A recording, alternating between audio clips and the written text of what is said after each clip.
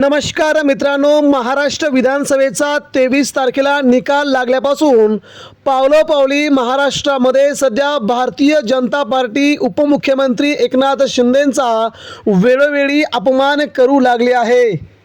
या अपमानामुळे शिंदे गट पूर्णपणे अस्वस्थ असल्याचं सध्या गेल्या 8 ते 10 दिवसांपासून आपल्याला समजत होते। परंतु आज अधिवेशनाच्या पार्श्वभूमीवर देखील शिंदेंची नाराजी स्पष्टपणे जाऊन आली आणि या घडीची मुंबईतून सर्वात मोठी बातमी सध्या समोर आली आहे।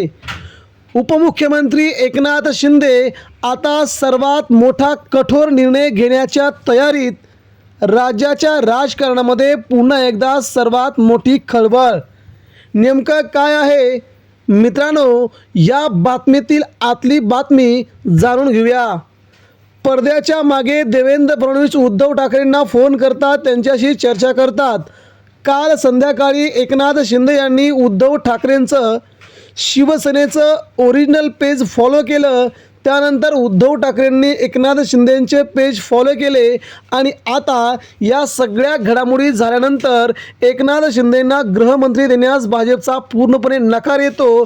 त्यावेळेस शिंदेंना 2 मंत्रिपद ऑफर केली जातात, दोन्हीपैकी एक तुम्ही घ्या असं सांगितलं जातं। परंतु तिथे देखील शिंदेंची नाराजी स्पष्टपणे जाणवली। अशा वेळेस मात्र मुख्यमंत्री देवेंद्र फडणवीस आता शिंदेंना धक्का देणार हे समजताच आता एकनाथ शिंदे मोठा कठोर निर्णय घेण्याच्या तयारीत असल्याची सध्या बातमी समोर येत आहे।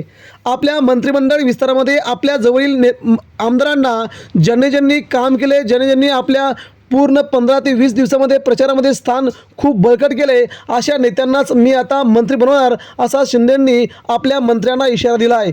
यामुळे सध्या मंत्र्यांचे धाबे दणले असून आगामी काळात शिंदेंसोबत आपण येऊन फसलोय का असं सध्या गत या आमदारांची झाली आहे। त्यामध्ये 6 आमदार असल्याचं बोललं जात आहे।